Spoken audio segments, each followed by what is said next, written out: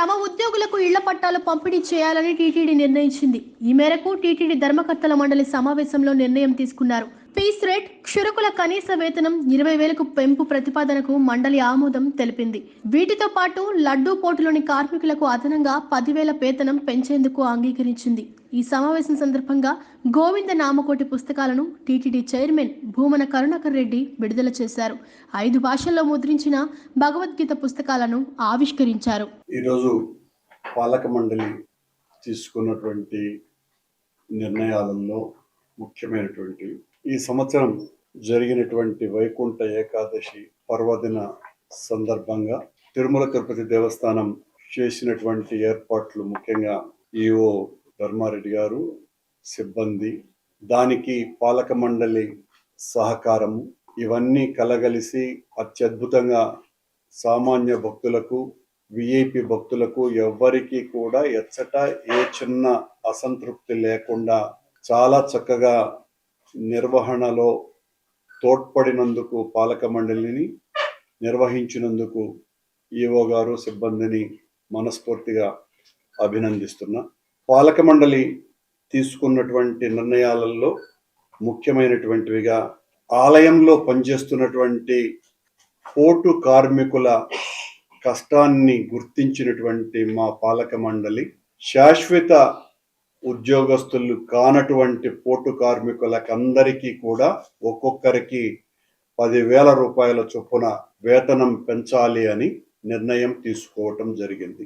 ఎంతో కష్టంతో కూడినటువంటి పనిచేసే వాహన శోధకులు మరియు ఉగ్రాణంలో పనిచేసేటువంటి కార్మికులు, ఈ 2 విభాగాల శ్రామికుల్ని స్కిల్డ్ లేబర్గా వాళ్లను గుర్తించటం జరిగి తగిన రీతిలో వాళ్ళ జీతాలను పెంచే కార్యక్రమాన్ని చేయాలని నిశ్చయించటం జరిగింది.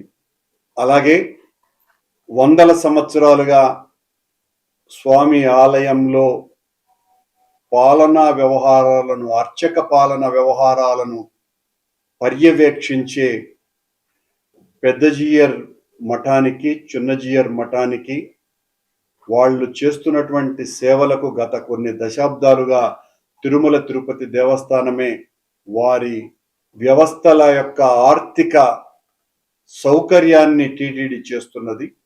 ప్రస్తుతం కొనసాగుతున్నటువంటి వాళ్ళ ఆర్థిక సహాయము, వాళ్ళకి ఇచ్చేటువంటి ఆర్థిక సాయం చాలా రోజుల క్రితం నుంచి పెంచలేదు. కాబట్టి ఈ పాలక మండలి పెద్దజీయర్ స్వామి వ్యవస్థకి ప్రతి ఏటా 60 లక్షల రూపాయలు, చిన్నజీయర్ వ్యవస్థకి 40 లక్షల రూపాయలు అదనంగా పెంచి వాళ్లకు ఏ రకమైన ఇబ్బంది రాకుండా, అందులో పనిచేసేటువంటి ఉద్యోగస్తులకు అభద్రత లేకుండా చూడాలనేటువంటి నిర్ణయానికి వచ్చి ఇద్దరికి కలిపి 1 కోటి రూపాయలని ప్రతి ఏటా పెంచాలనేటువంటి నిర్ణయాన్ని తీసుకోవటం జరిగింది. తిరుమల తిరుపతి దేవస్థానం బోర్డు తీసుకునేటువంటి నిర్ణయాలే కాకుండా ఈ బోర్డు తీసుకున్నటువంటి నిర్ణయాలను కూడా ఎప్పుడో నేను గతంలో చైర్మన్గా ఉన్నప్పుడు ఒకసారి దేశవ్యాప్తంగా ఉన్నటువంటి ముఖ్యమైన పీఠాధిపతులతో సదస్సును నిర్వహించి వాళ్ళు ఇచ్చినటువంటి సూచనలని, సలహాలని, ఆశీస్సులని తీసుకొని ఆధ్యాత్మిక వ్యాప్తిని చేయటానికి వాళ్ళ ఆశీర్వాదంతో ముందుకు వెళ్ళేటువంటి ప్రయత్నాలు గతంలో చేసినాం. మళ్ళీ మరొకసారి పీఠాధిపతుల సదస్సును నిర్వహించి దేశంలో ఉన్న ప్రముఖ పీఠాధిపతులందరినీ కూడా ఆహ్వానించి 2 రోజుల పాటు వాళ్ళు ఇచ్చేటువంటి సూచనల్ని, సలహాలని పాటించి భక్తిభావాన్ని మరింత పెంచటం కోసమని ఫిబ్రవరి నెలలో ఈ సదస్సును నిర్వహించాలనేటువంటి నిర్ణయాన్ని తీసుకోవటం జరిగింది. టీటీడీ ఉద్యోగస్తులకందరికీ ఇళ్ల స్థలాలు ఇచ్చి తీరుతామోనని గతంలో మేమిచ్చినటువంటి హామీ మేరకు మొదటి దఫా ఎల్లుండి అంటే డిసెంబర్ 28వ తారీఖున 3,518 మందికి ఇంటి పట్టాలు ఇచ్చేటువంటి కార్యక్రమాన్ని చేపట్టడం జరుగుతున్నది. అలాగే జనవరి మొదటి వారంలో మరో 1500 మందికి పట్టాలు ఇవ్వటం జరుగుతుంది. అలాగే ఇంకా ఎవ్వరికి కూడా సాచ్యురేషన్ పద్ధతిలో ఎవ్వరికి ఇళ్ళ పట్టాలు మాకు రాలేదు అని అనకుండా, అలాగే రిటైర్డ్ ఎంప్లాయీస్తో సహా వీళ్ళకందరికీ కూడా నేను గతంలో ముఖ్యమంత్రి గారిని అభ్యర్థించినప్పుడు ఆయన ఎంతో సమ్మతిని తెలియజేసి కలెక్టర్ను ఆదేశించటం జరిగింది. టీటీడీకి సూచనలు ఇచ్చి వీళ్ళకందరికీ కూడా ఇంటి పట్టాలు ఇవ్వండి అని చెప్పటమే కాకుండా మొన్న బ్రహ్మోత్సవాలలో వచ్చినప్పుడు ఆయన నాకెంతో సంతోషాన్ని కలిగిస్తున్నటువంటి సంఘటన తిరుమల తిరుపతి దేవస్థానం ఉద్యోగస్తులకు ఇంటి పట్టాలు ఇవ్వటమేనని చెబుతూ రిటైర్డ్ ఎంప్లాయీస్ కూడా ఇంటి పట్టాలు ఇవ్వాలన్నటువంటి ఆయన సూచన మేరకు మరో 350 ఎకరాల స్థలాన్ని కలెక్టర్ గారి ద్వారా సేకరించి దీని వలన మరో 5,000 మందికి టీటీడీలో పని చేసినటువంటి వాళ్ళకందరికీ కూడా ఇంటి పట్టాలు ఇవ్వాలనేటువంటి నిర్ణయానికి అనుగుణంగా చర్యలు తీసుకుంటున్నాం.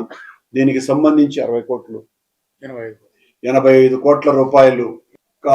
కోట్ల రూపాయలు టీటీడీ ఇచ్చి ఆ తర్వాత దానికి సంబంధించి టీటీడీ ఉద్యోగస్తుల ద్వారా తీసుకోవటం జరుగుతుందేనని మీకు తెలియజేస్తున్నాం.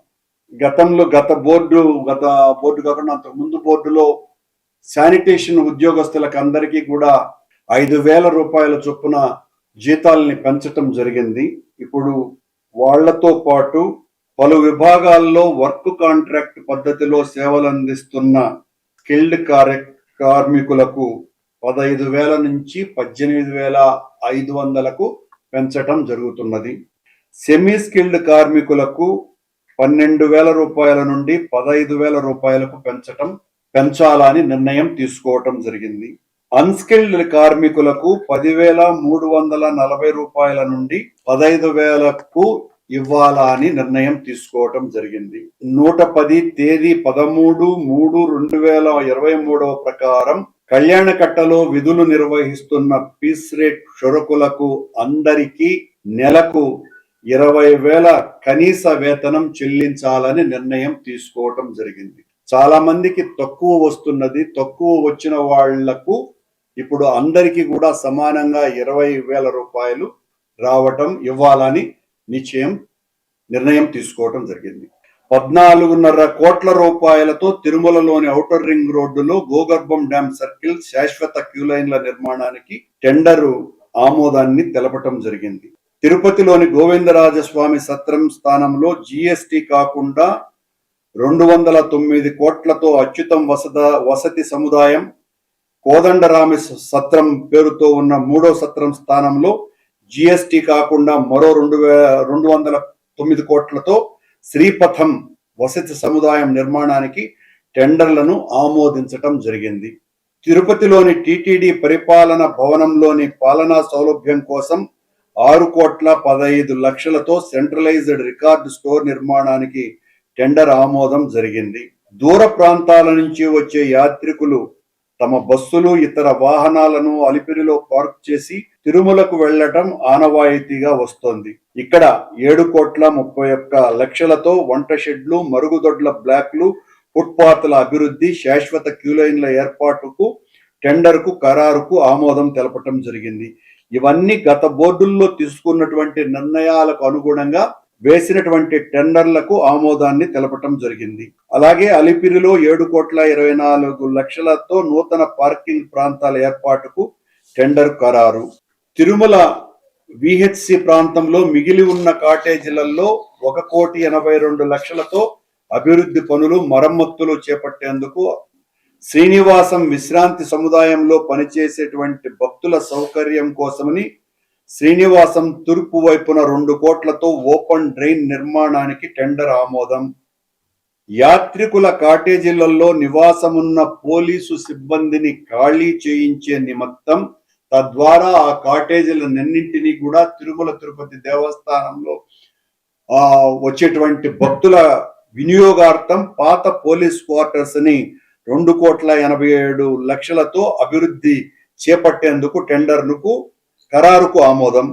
వరాహస్వామి విశ్రాంతి గృహం వద్ద అధిక ట్రాఫిక్ దృష్ట్యా భక్తులకు ఇబ్బంది లేకుండా వాహనాల రద్దీని పూర్తిగా మళ్లించేందుకు 6,32,00,000తో వరాహస్వామి విశ్రాంతి గృహం నుండి ఔటర్ రింగ్ రోడ్డు వరకు 4 లైన్ల రోడ్డు ఏర్పాటుకు టెండర్ల ఆమోదం. చెర్లోపల్లి నుండి శ్రీనివాసం మంగాపురం వరకు మరియు శ్రీవారిమెట్టు మార్గాలలో తిరుమలకు వెళ్లే భక్తుల సౌకర్యార్థం 2010 సంవత్సరంలో రోడ్డు నిర్మించడం జరిగింది. ప్రస్తుతం చెర్లోపల్లి నుండి శ్రీనివాస మంగాపురం దారిలో భక్తుల సంఖ్య అనూహ్యంగా పెరగటంతో పెరిగిన ట్రాఫిక్ కు అనుగుణంగా దీన్ని 4 లైన్ల రోడ్డుగా విస్తరించి బీటీ రోడ్డు, వీధి దీపాలు, డ్రైన్లు, సుందరీకరణ పనులు చేపట్టేందుకు 17,29,00,000 రూపాయలతో టెండర్ ఆమోదం.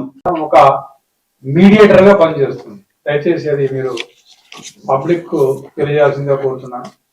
ఎందుకంటే చాలా మంది ఏమంటారంటే మీడియా ఈ తిరుమల తిరుపతి దేవస్థానమే ల్యాండ్ కొని భక్తుల డబ్బు దానిపైన పెట్టి వాళ్ళకి ఇస్తుంది అని ఆపోహతో ఉన్నారు చాలా మంది. అటువంటిది కాదు.